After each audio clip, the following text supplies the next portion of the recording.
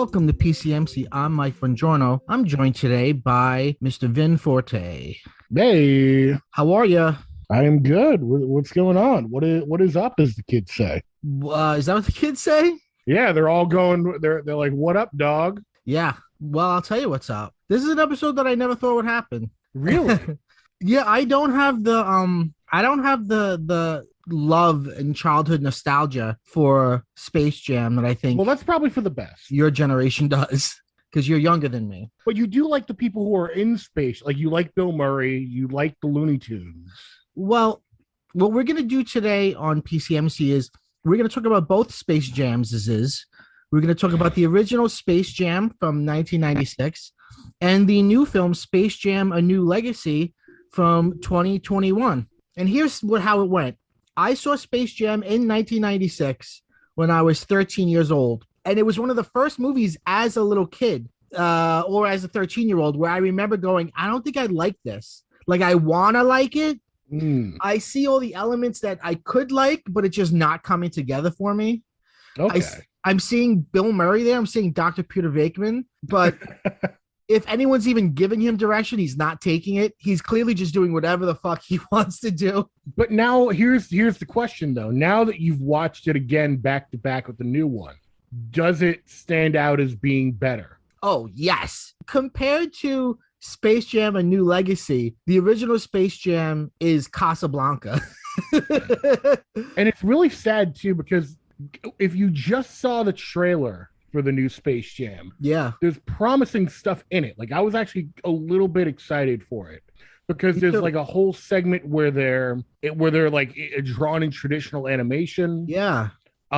There's parts that like the 3D parts actually look really good, like when they turn the characters 3D. Yes. Yes. Yes. I think I agree with you. some of the scenes of LeBron James and his son actually really work. I think he's actually a better actor than Michael Jordan. Okay, that was one of my questions. Do you think LeBron is a better actor? I can't come up with an answer for this.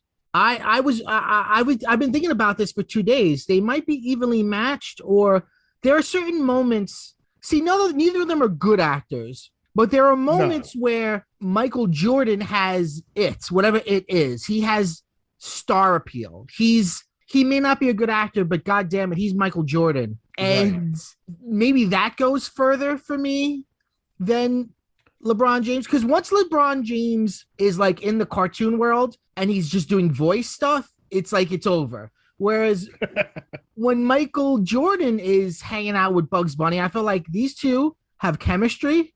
I could see why this movie was put together based on those commercials.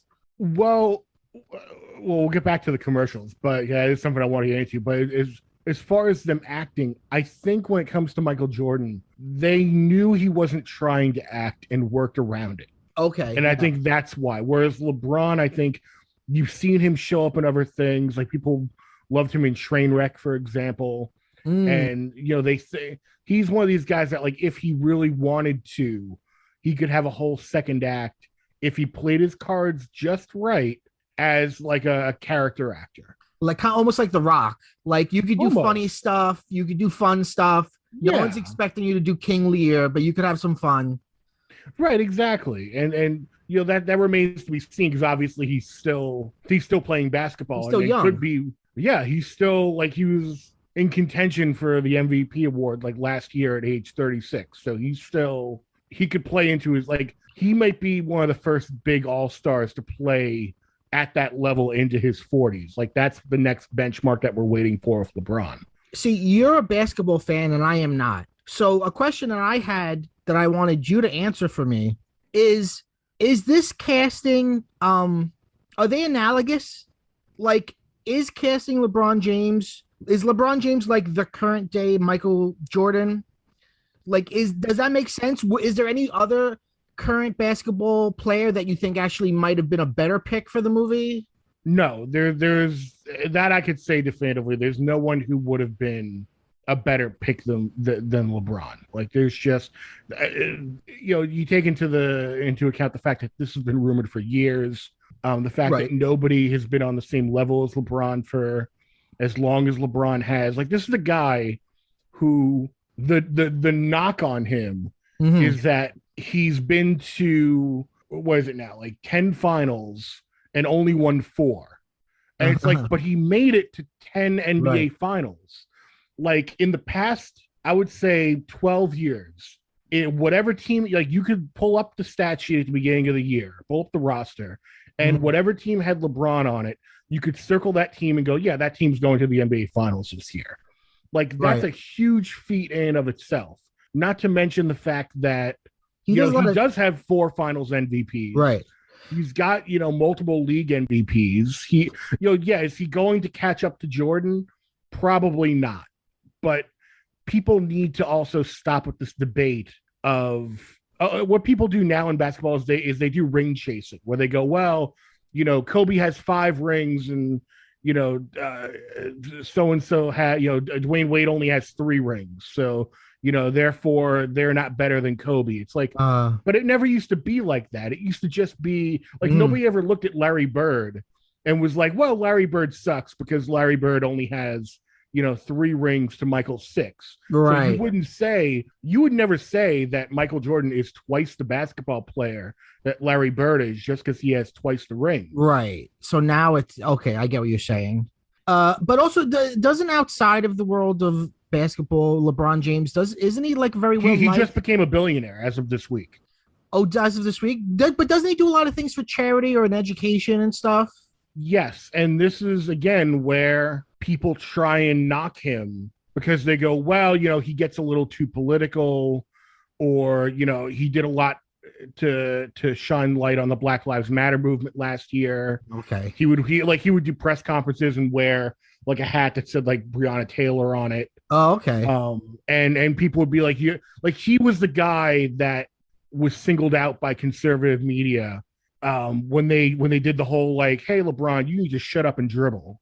No, well, that's stupid. And in reality, you could not have like a more better representative for the NBA than a guy like LeBron James, who, like you alluded to, does, pay it forward, has schools back in his hometown of Akron that he donates tons of money to help get kids out of poverty, helping with after school programs. This is a guy that the narrative is that he left the Cavaliers after like 7 or 8 years of them failing to build around him, basically broke his hometown's heart, went to play with the Miami Heat for 4 years.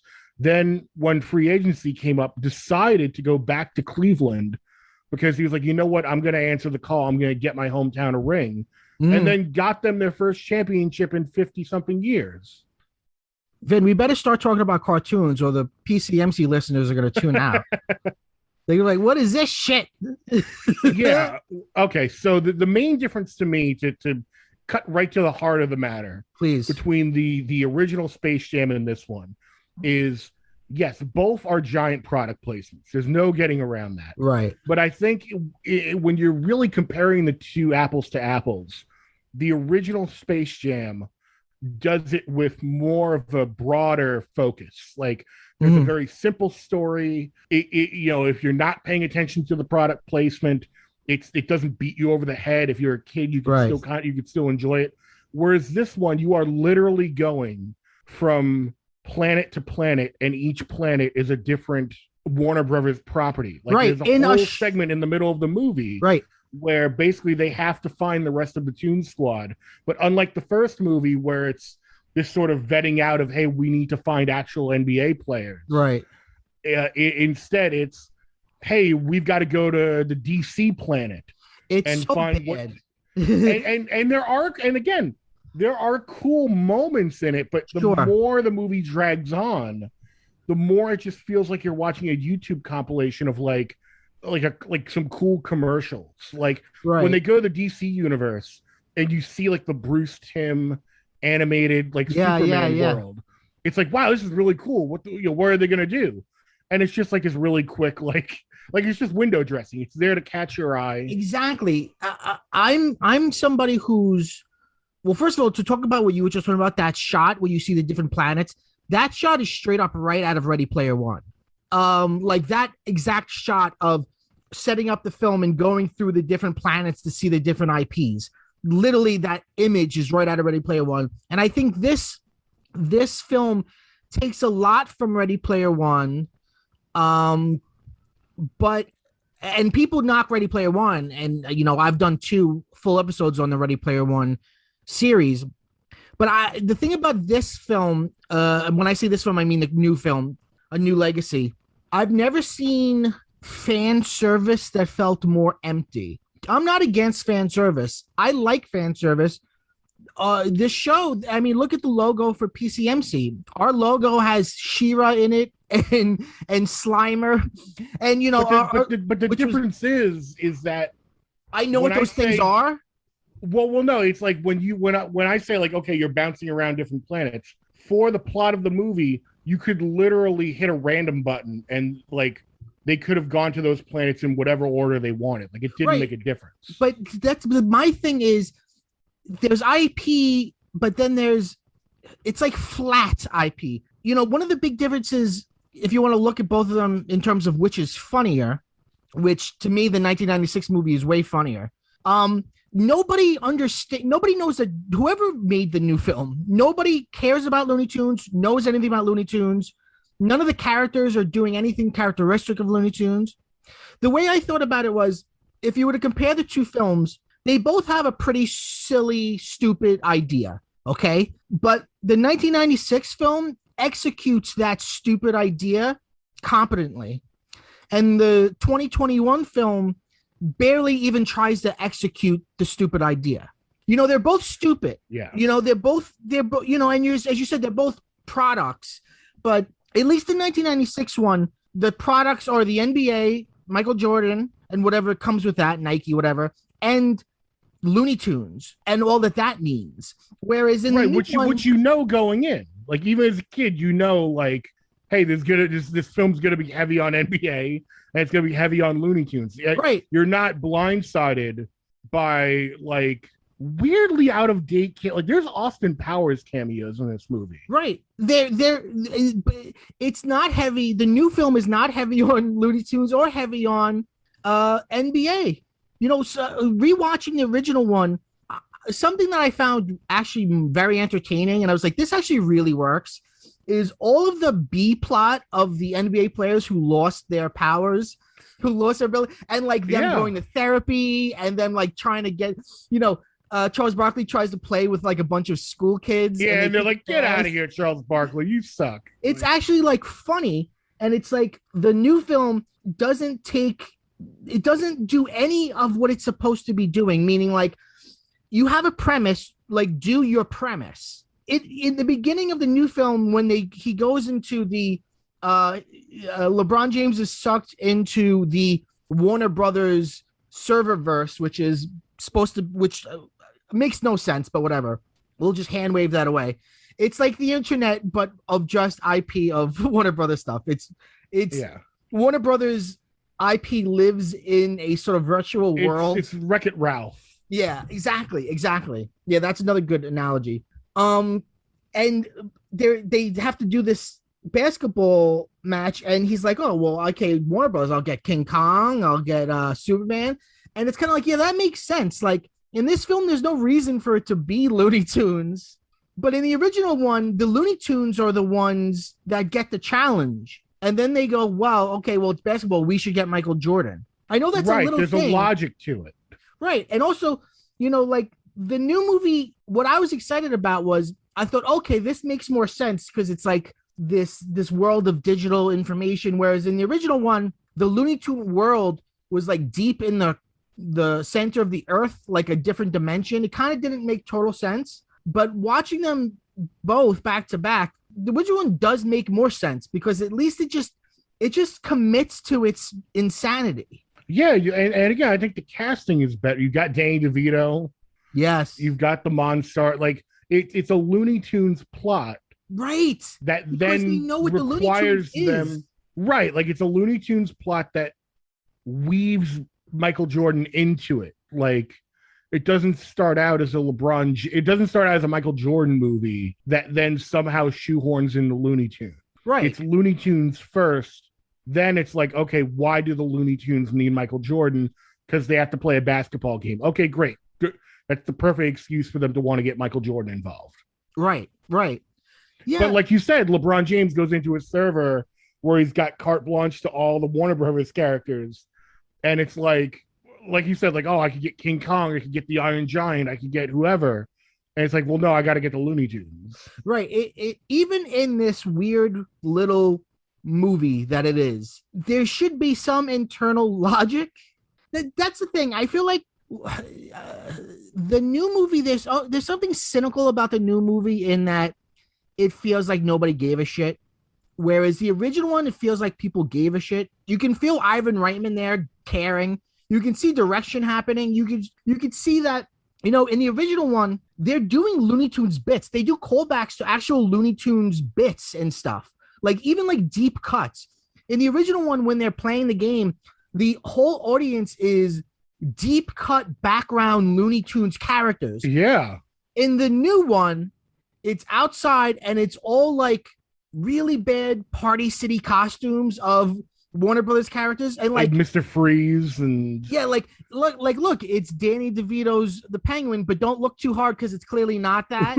Right. It's weird people they decided to put in the background too, like so weird. Like a lot of Batman villains. A lot of Batman villains for some reason. But like, if you go through, so I've got the actual cameo list that I could pull up.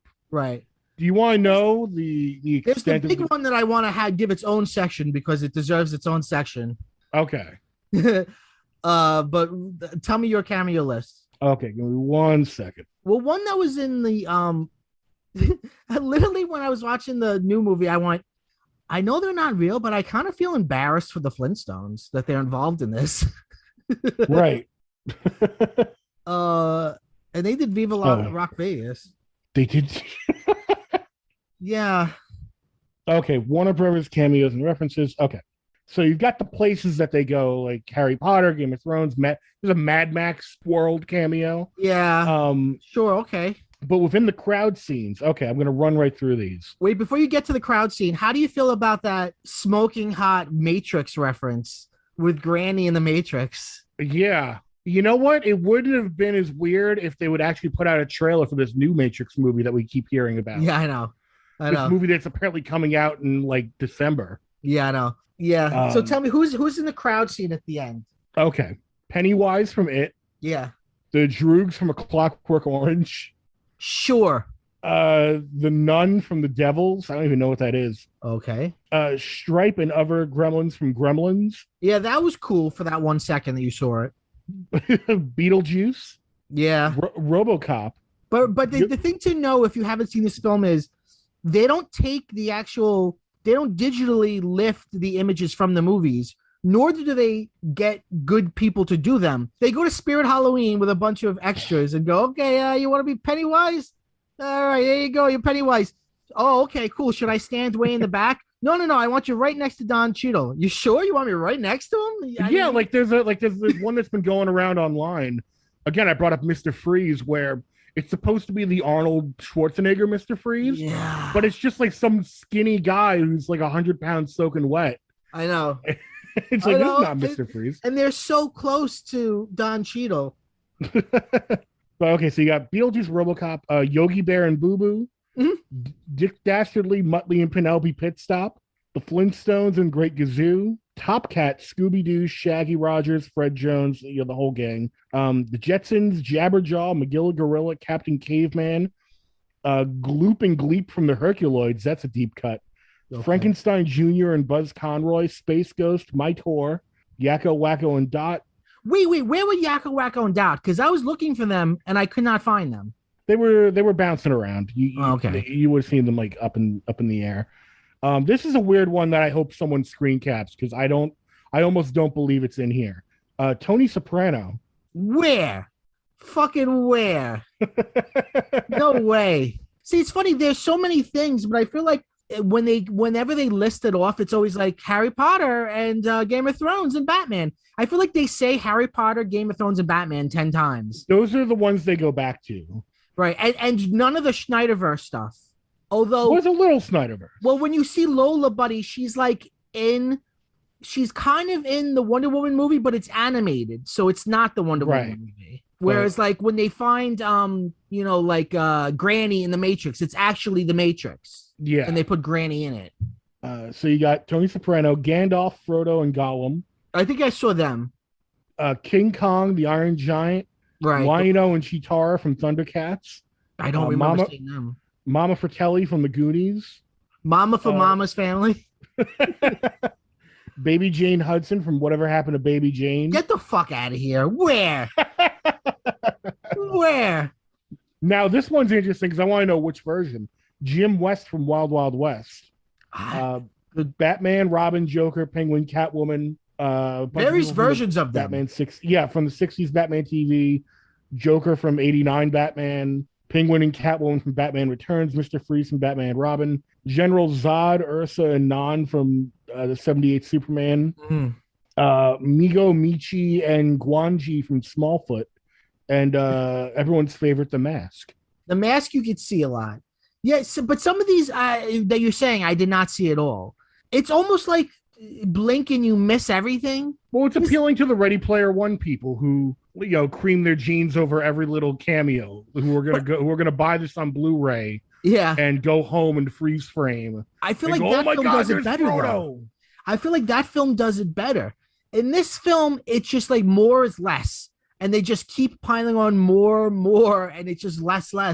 Yeah. You know what actually made me think a film that kind of does this exact idea, where in the end they go, let's open up all the Warner Brothers IP and go crazy.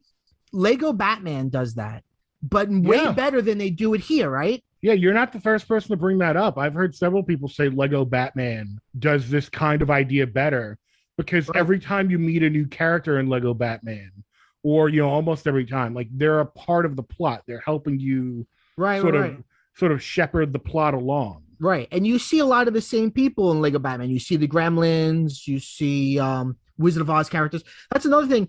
The flying monkeys from the Wizard of Oz are right next to Don Cheadle, and they look horrible. They look bad. It's like, God damn. Well,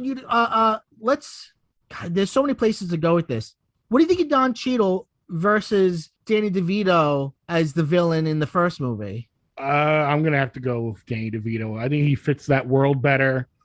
He was being way more cartoony. He was playing an action. He wasn't playing Danny DeVito. He was playing an actual character. Right. He was not an original Looney Tunes character, but he was basically a Looney Tunes villain. Right, and he fit the mold as a Looney Tunes villain, whereas Don Cheadle just felt like, I don't know. Like, hey, here's a something. Here's a modern villain. I think he's miscast because Don Cheadle. He's not he's played villains, but he's good,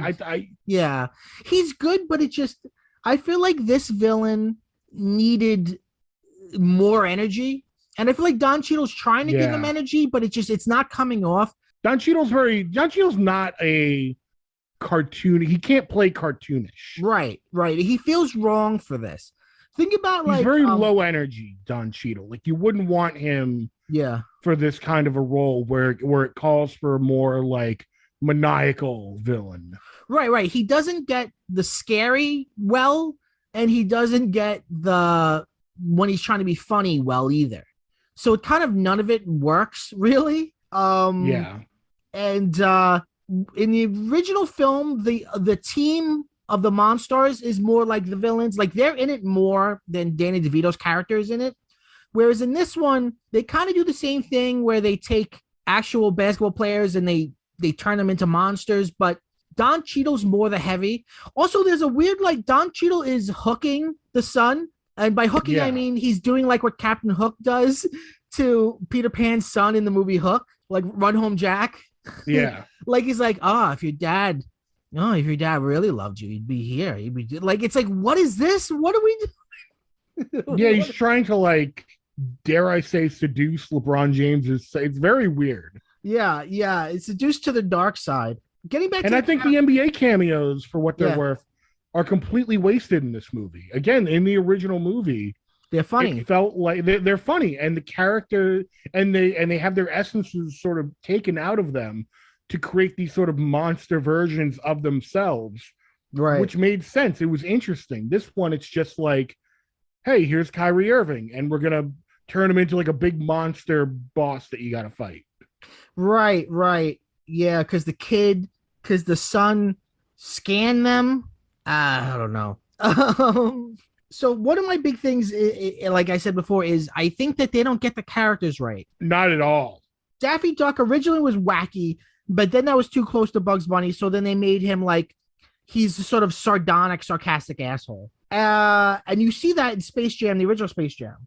But in this new one, Daffy's just nothing. And even Bugs is nothing. There's nothing Bugsy about Bugs other than him saying, "What's up, Doc?"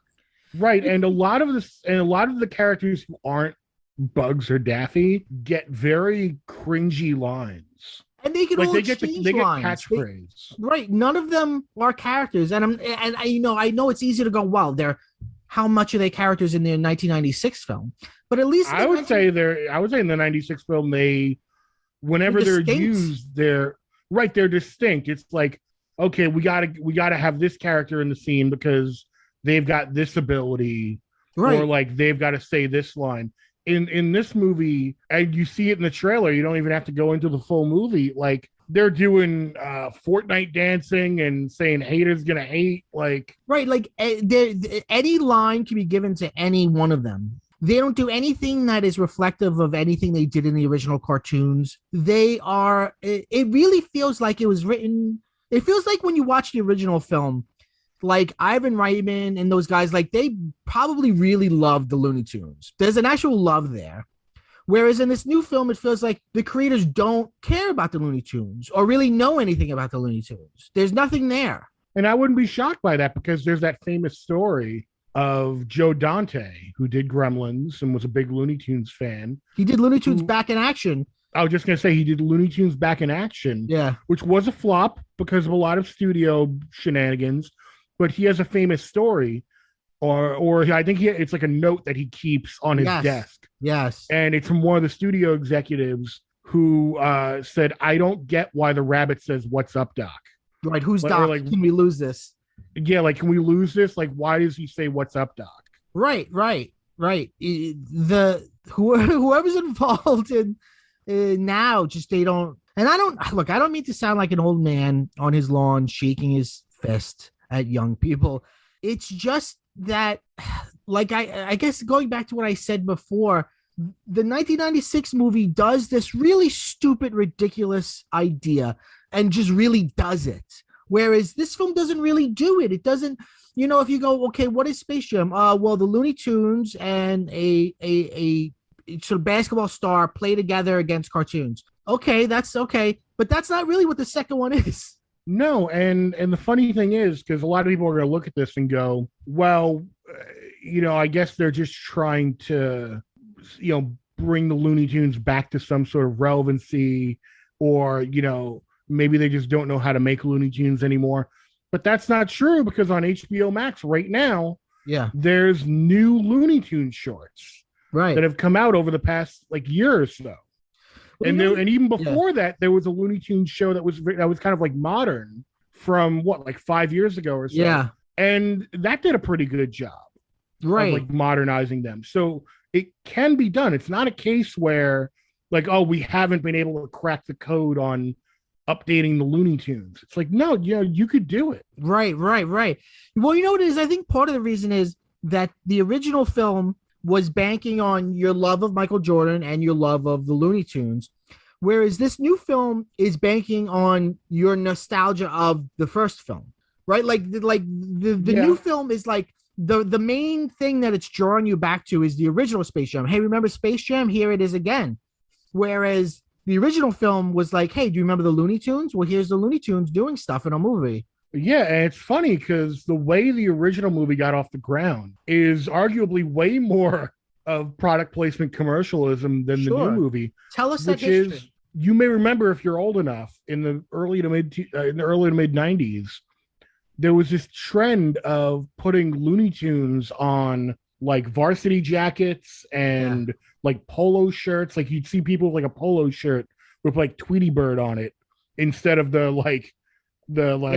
crocodile logo or something, and that spawned iconography made its way into streetwear.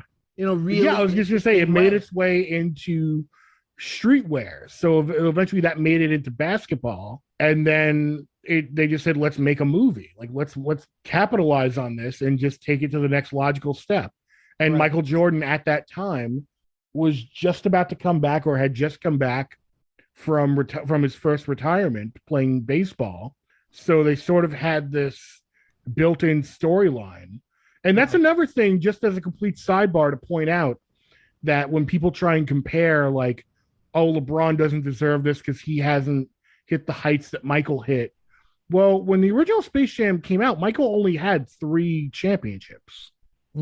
So, like, let's not get it twisted. And again, like, let's not ring chase to begin with. But yeah, the original was totally commercialized based on like urban streetwear that just involved Looney Tunes. And there were these commercials, like actual television spots with Bugs and right, and Michael. He was Hair Jordan and Michael was Air Jordan. And then there was another one where like they're like on the moon. No, they're on Mars. Marvin the Martian is there. They were, from these commercials, it kind of grew, and it that's fine. Let's okay, you know what? Let's all right, since I teased it before, let's go to what I think is the most troubling cameo of the new film, which is Rick and Morty. A lot of people are talking about this Rick and Morty cameo. So at one point, you see like they're like in a dome or whatever, and the Tasmanian Devil, like he's jettisoned out of space and he hits the dome, and then behind him you see Rick and Morty in their flying space car, and Rick, and this is the real voice of Rick and Morty, who's Justin Roiland, also co-creator of the show. Rick is like, "Hey, we're done doing tests on your badger thing." And then Morty says something like, "Oh, I cannot unsee what I saw," which whatever that means. And then Rick's like, "Is your problem now, dum-dums," and flies away. And when I saw it, I was like, "Oh, cool, Rick and Morty." But the more I thought about it, the more I was like, that's weird, right? Because the week that this movie came out, Rick and Morty season 5 is on. And the episode for the week that this came out was Morty's mom works at a horse hospital, and they've got like a mound that jerks the horses off so they could breed them. So Morty, so basically, not to cut you off, but basically, kids who don't know Rick and Morty but do go see Space Jam, right, are going to be like, "Who are those funny fellows?" Yeah, I'm going to go. They're on Cartoon Network. I'll watch that. Right. Oh, and then they're just going to see horses getting jerked off. Right, and Morty, Morty going and volunteering at his mother's hospital so he can fuck the horse machine. And then, of course, an experiment goes wrong and the world is being taken over by giant sperm monsters. And it's like this in the same week. And a lot of people are like, it's jarring to hear Rick say dum-dum instead of like something more vulgar. But, I think AV Club had a good article about this written by William Hughes. And it's called "That Space Jam Cameo Isn't Rick and Morty Selling Out, It's Rick and Morty Being Sold." And he talks about how like Rick and Morty, you do see them in commercials and stuff, but there's always a meta self-awareness, which is part of the brand of Dan Harmon, who's the other co-creator of Rick and Morty. Like they do funny Wendy's commercials. Like there's a Wendy's commercial where Morty's sleeping and Rick comes in the room and he's like, "Morty, we're doing a Wendy's commercial." And then all the Wendy's food comes in and starts like looking through all of Morty's shit. And he's like, "What's going on, Rick? Rick, they're stealing stuff. They're stealing stuff." And it's insane. And there's none of that meta winkiness. There's none of that. Even like when you think about like the Simpsons opening, where they do a Rick and Morty couch gag where they murder the Simpsons. Yeah, and he's like, "Morty, you killed the Simpsons, Morty. They're a beloved TV family, Morty. They're goo. Look at the baby, Morty. Look at the baby. You killed the baby one, Morty." Even that like has more of a wink. We know that this is weird. Whereas in this new movie, it's like there's no looking at the camera and being like, "Isn't this fucking weird that we're in a kids movie? This is Rick and Morty." No, but that's filthy.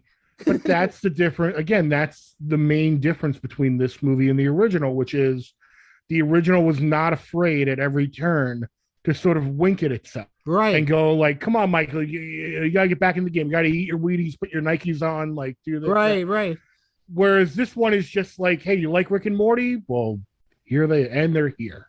Like, Right, exactly. like the Iron Giant, there he is. Right. Yeah, in the original movie, there's a scene where Bugs Bunny and Daffy have to go into Michael Jordan's house and steal his sneakers because he needs them to play. And there was at the time a slightly controversial part of that scene where Daffy Duck is like, "Hey, do you ever see any residuals off all these toys they do of us?" And Bugs is like, "Never." And he's like, "Yeah, we got to get new agents. We're getting screwed." And people at the time were like, "Oh, we don't like that Daffy said screwed," but at least there was a self-aware comedy there. It feel you know how like they've been doing that thing where they'll train an AI to like write a chapter of a book. Like they had that AI where they put like all the Harry Potter books into the system and then like got it to write a new chapter of a Harry Potter book. That's how this movie feels. It feels like, all right, let's put in Looney Tunes and a bunch of other shit and then see if it automatically makes a movie. And it's not going to make any real sense, but it's going to look like it. That's what it feels like. It's also empty. Yeah, well, that's the thing. There are moments in this movie, but when you watch it all together, it feels so hollow. It really does. I mean, in some ways, it felt joyless. You know, when I was watching it with Jen and we were halfway through, we were like, "Oh God, this is a slog. Come on already!" And it's over 2 hours, by the way, which should be a goddamn crime. Right. They need to cut 20 minutes at least off of that movie. Yeah, the all of the stuff with like his agent and his wife outside of there's plenty of stuff that I feel like easily should have been just cut right the fuck out of that movie. Also, the basketball game itself goes on way too long. Right. In the original movie, though, it doesn't feel that way. It didn't feel like a slog. You know, it felt like you're moving from, because again, like it was designed, the original one was at least designed as a movie. You have several different, like even just offhand, I could run you through the plot points right now. Like you got the Looney Tunes stuff at the beginning where they, get challenged by Danny DeVito's character and the Monstars. Yeah. And then they go, okay, we've got to find Michael Jordan. Now we got to convince him to play, but we got to get other stars. So we got to deal with that. We got to find Michael's shoes. Then we got to play a basketball game. Now we're losing the basketball game. Now we got to pull out a win in the basketball game. Like you could break it up into different parts and know what's going on. Right. Whereas in the new movie, LeBron James goes for a meeting at Warner Brothers and they're not telling him, "Hey, we want to do a movie with you in it." They're saying, "Hey, we want to use AI to insert you into movies that already exist." Whatever the fuck that means. Yeah, whatever that means. Just what a mess. All right, here's a fun game at home. One of these movies, now remember, one of these movies came out in 1996 and the other one just came out this year, 2021. One of these movies contains a scene where Porky Pig raps. Now, which movie do you think it is? Oh yeah, the Porky Pig rap scene in the middle of this movie is it's the 2021 one.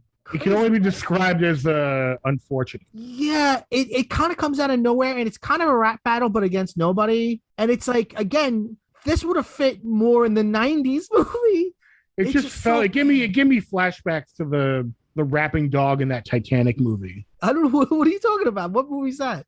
Oh my God. Have you not? Okay. PCMC diversion alert. Sure. I'm going to send you a clip right now because this needs to be seen. So back in the 90s or early 2000s when Titanic fever was happening and everyone wanted a piece of that James Cameron pie. Who didn't? Yeah. There was this movie, I believe it was made in Italy, but it was in English. Poorly dubbed, I think. And it was about the Titanic, but in it, the Titanic does not sink. It gets saved. And there's like animals aboard. Okay. And there's all these like musical numbers, but they're so random. So remember, the Titanic obviously is a historical event. Yes. And it takes place in like 1919. So I thought it was 1912. 1912. Well, whenever it is, whichever time, that wouldn't matter. So I'm going to send you this clip right now on Discord. Sure. And this is a scene from this movie. Oh, okay. That takes place in 1912. Titanic, the animated movie. Boy, that is limited animation. Well, that looks just like American Tail, like Fievel. It looks like that's kind of what it's trying to be. The first comment made me laugh. The first comment on YouTube is, "My grandmother was a survivor of the Titanic, and this is exactly what she said happened." So he's great when the top comment is better than the thing you're watching. Oh wow, I'm watching the rap. Wow, this is bad. It's funny. It's funny that I've never heard of this before. Mike is watching a dog in basketball shorts and a boombox with very bad animation, very like loopy, like knockoff Don Bluth, singing about party time on the Titanic. I might say though, it's better than the Porky rap in Space Jam: A New Legacy. You know, not that this means all that much, but you know that Space Jam: A New Legacy currently on Rotten Tomatoes has a 29% approval, where the original has stayed at 44% for quite a while, for a long time. So even critics who were not kind to the original film, tend to hate this one more. No, and I would argue that because, again, you know, they're probably taking a lot of reviews from that time. I would bet if you used a lot of current reviews, like retrospective reviews, that number might actually be a little higher. I would say it would probably be in like the 70s. I bet there was a lot of mixed reviews at the time, because I know it was it was sort of a critical flop. But I don't know how much you remember when you're a child. Who knows if you could trust those. I just remember like there was a big camp. Like I remember being a big deal, right? Felt like I had the McDonald's toys. I saw it in the theater. Like it was a big deal. You know, one big difference. I watched the original one last night, and in the very first scene is "I Believe I Could Fly" by R. Kelly. Yeah, that would not happen. That's getting deleted from the WB servers. That's right. R. Kelly is a horrible monster. It's a great song, and it was a huge hit at the time. And and you know what? In general, I think the whole soundtrack to the original movie is good. There's a lot of fun shit. That soundtrack CD was like a genuine hit. It might have gone platinum. Like it was. Yeah, it had hits on it. Yeah, like even the song that's in the opening credits is really fun, or the remake of "Fly Like an Eagle." Like, there's a lot of good shit in it. Got Barry White singing "Basketball Jones." Yes, in that really funny montage with the basketball players trying to find their way in the world after losing their talent. Yeah, the I don't know. I mean, in general, soundtracks are not as important as they were in the 90s, because like to a lot of people who were around at the time, like you play those first couple seconds where it's like, everybody get up. It's like, oh, you know what's coming. Well, I forgot how fun the opening credits are, because you see the opening scene and then you see like and it says Michael Jordan, and then Bugs Bunny. And it's like, yeah, I'm excited for this now. Yeah. Do you think if not for R. Kelly's downfall, they would have found a way to slip that song into this film? Ooh, I feel like they might have. I don't know. I feel like they might have remixed or remade it. Okay, that makes sense. You do see at one point at the end of the new film, the monster. You see a digital R. Kelly in the background. No, Barry, you got it. It's a real blink and you miss it. Yeah, that's why you get the 4K. Yeah, always go for 4K, kids. Always. Behind Don Cheadle is R. Kelly in what he's wearing in that interview he did with Gayle King. Oh my god. I'm fighting for my life. I know the way he tries to make himself a victim in that it's classic. But he tries to make himself a victim by standing up and punching things that aren't there inches away from Gayle King's face, and she's just like, Robert, please come on now. Down.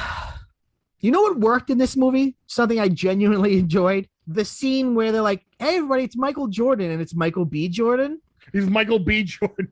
That I genuinely got a laugh out of. That was a good bait and switch. And then Daffy Duck is like, I thought it was Michael A. Jordan. I was like, that's good. That's genuinely good. That was a genuine laugh, because it's like, that is one of the things hanging over the movie the whole time. Is you're like, is Michael Jordan going to show up? Yeah. Why do you think he isn't, even as a cameo? Oh, I think he's envious. I don't think he has anything against LeBron personally, but I think Michael Jordan would not let himself be in a movie that is not helmed by himself. Like, he would not do a Space Jam sequel with someone else as the top banana. I mean, this is the same guy who basically did the last, allowed ESPN and Netflix to do the Last Dance documentary last year because he felt that LeBron's legacy was catching up to his. Oh wow, really? So he wanted to remind people. So because you have to remember Jordan not a good guy. I know that's a tough question to answer. He's a complicated figure. He takes things personally, like that whole meme about like, and I took that personally. Like that's like, go watch that documentary, all 10 hours of it, like in every segment. Would I enjoy it even as not a basketball fan? Yes, I would say if you give it a chance and go in with an open mind, you will find things to like about it because it's more about the personalities on those teams than the stories behind them, and especially when you get to the Dennis Rodman part. Like that's interesting. And the Scottie Pippen part is interesting too because Scottie signed a deal early on in his career, and everyone involved, even in management, told him don't sign this because because he was injury prone. Yeah. So they were like, you signed this deal, like we're not going to renegotiate for the next like 8 years or whatever. And he was like, well, I'm injury prone. I need to take this. So he signed a deal in like the early 90s. And then once the Bulls got hot and started winning championships and everyone was like renegotiating their contracts, he was upset because like they shut him out. They were like, no, we told you not to take that deal. So like he was making less money on the team. Like he's the number 2 player in the world and he was making less money than like certain bench warmers in the NBA. I looked up Michael Jordan on IMDb and he never tried acting again. No. But that's kind of surprising. What I thought I was going to find was I thought I was going to pull up his page and see like the year after Space Jam, some shitty movie I haven't heard of, and then like some movie where he plays a cop that I never heard of, and then basically he puttered out. But he didn't even try again. No, he knows where his bread's buttered. He knows that like he was in that movie to be Michael Jordan. And he's charming in it. He's good in it. I don't know if he's a good actor, but he's good in it. You know who else is good in it? Bill Murray. I forgot how good Bill Murray's in it. And he's definitely, I don't know if he's making up his own lines or if he's saying the lines, but saying them his own way and not taking direction. He's just having fun. It feels like someone told him what to do. Yeah. And he was like, I got this. All right, we're going to do that. Like, and then he was just ready to go. Yeah. He's having so much fun. Like when they're like, oh, we need another player. And he's like, da, da, da, da. Here I am. It's like, I was like, wow, this genuinely is funny. Yeah. Wayne Knight is funny in it. Like, yeah. There's, compare Wayne Knight to, his like manager friend, LeBron James's manager or whatever he's supposed to be in the new film. It's like that guy scenes aren't even good. Yeah. Trying to think what, here, let me put it this way. Well, what changes do you think could be made to Space Jam: A New Legacy to make it better? If you had your say of how we could fix this. I would say if you're like hell-bent on doing the conceit of they're jumping into a server, I would have liked, instead of jumping through all of these Warner Brothers properties, that they instead jumped through a bunch of Looney Tunes cartoons. Yeah. And maybe like focused in on like, hey, like now we're in a short, like we have to go through all these different eras of Looney Tunes to find the other cartoons. Like we've got to pull Daffy Duck out of, Hair Today, Gone Tomorrow. Like we got to pull, Michigan J. Frog out of One Froggy Evening. Like, we got to go through all these Looney Tunes. Maybe like they got to pull someone out of the original Space Jam. In this new, in the new film, the monster from Hair Raising Hair is in it. But does anyone know who he is? Like, show that cartoon. Show that big red son of a bitch. What do you think Zendaya is bringing to the table? I know I just asked that like Jiminy Glick. God, Jiminy Glick. Surprised he wasn't a cameo in this. Well, you know why he's on my mind. Jiminy said, I want to know the answer to this so bad. Why is Jiminy Glick on your mind? Well, the Gen Z kids over on TikTok discovered him. So there's a lot of Jiminy Glick all over TikTok now. Really? So there's a lot of like Martin Short doing his like high voice. Yeah, let me ask you a question. It's from that show that he did, I guess, on Comedy Central, whatever it was on. Yeah. He basically wanted to just it was like the what's his name? It's like Byron Allen. I was just gonna say, yeah, like he would just go to fucking press junkets And probably people's agents would be like, okay, next up is actually Martin Short doing a bit. So just go with it. Yeah. God, Byron Allen. Yeah. Coast of Comics Unleashed. To quote Norm Macdonald. Norm Macdonald, I've never seen comics more leashed. I love, oh God, Byron. That's what we like need that in this guy, movie. Norm Macdonald. Yeah, we need Byron Allen. Oh yeah, we need Norm Macdonald, not Byron Allen. We need Byron Allen interviewing everyone at a press junket and acting Yeah. like he's their best friend. Like, do you remember when that would come on like at 2 a.m? Yeah. Because the show was literally called like Interviews.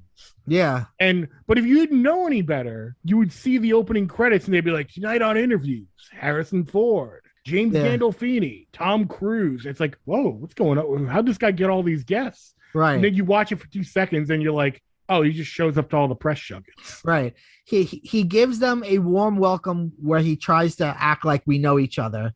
And then maybe he'll make a reference to the last time they met. And then the polite celebrity will just be like, oh, yeah. Yeah, he'll be like, so Harrison, last time we spoke, you were renovating a house. And Harrison Ford's like, yeah, I was. I guess. Yeah. If you say so. Part of me wonders if Warner Brothers just doesn't have enough good stuff. Like, you think about, like, Ready Player One, like, there was a lot of... It's the same stuff. Yeah, I guess. Well, but, like you something like Disney, they've got a ton of shit. Right, like Wreck-It Ralph, they're Disney, so you can have Star Wars in there. You can think about the second Wreck-It Ralph movie.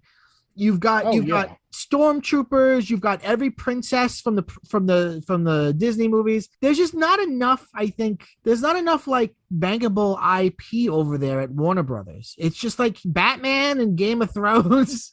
Right. It's I don't know. It's not enough to. It makes you feel like I understand the instinct to try to do it the way that they do it because it's very. Should have just kept it focused, kept it more small scale. Right. Stick to the Looney Tunes. Stick to the basketball. Maybe do more with the NBA involvement. What do you think about in this film, the new film? They it's not like real basketball they're playing. Like they're getting points based on like style, and which like there's a whole weird like thing there of like LeBron James is always like, the fundamentals, and then and they're like, you can't, like, the whole crux of the movie, like the lesson is you gotta like not take yourself so seriously and focus more on the style. It's kind of like in the original film at the end when Jordan like makes his arm stretch like a cartoon and he dunks the ball that way and he realizes he can have a cartoon logic. It's like they took that and tried to make it into like a moral plot, like a moralizing thing. But it doesn't work in this movie because in the original, like, he's becoming a cartoon so he can make the play. In this one, it's just like, okay, so you don't even have to make a play. Like, you could just do whatever the fuck you want. Well, in this one, it's like his son. The whole story with his son is like, you don't have fun. You need fun in your life. It's I don't know. It's hard to track. It's confusing, hollow mess of a movie. Yeah. I want to go back to Zendaya. I like her. It's just and I feel this way with a lot of animated features. When they go and get like a major actor to just do a voice, it's like, all right, you're paying, like, people do like her. She's good. I think she's a great actress. I really like her, actually. But to have her be the voice of Lola Bunny, as opposed to the voice actress who did it originally, like, what are you gaining from that? Like, who, you know what I mean? Like, no, you're literally gaining, like, you're literally paying for the name. It's like when you buy, it's like a lot of these companies that buy real estate in Times Square. Like, for a while, there was like, oh, you go to the Barnes and Noble in Union Square or wherever in the middle of Manhattan. And it's like, and you always hear about, oh, it loses money, but it's basically there as a billboard to get you to like go to the website. Yeah, that makes sense. Yeah. Like you're paying for the Zendaya name so that kids will be like, oh, Zendaya's in this. Not since Justin Timberlake played Boo Boo in the Yogi Bear movie has it been a more casting. Great things come in bears. You bet they do. Vin, thank you so much for being here. Do you have any final thoughts that you want to leave the PCMC audience with? Or yeah, I would say go back if you're interested in this new Space Jam.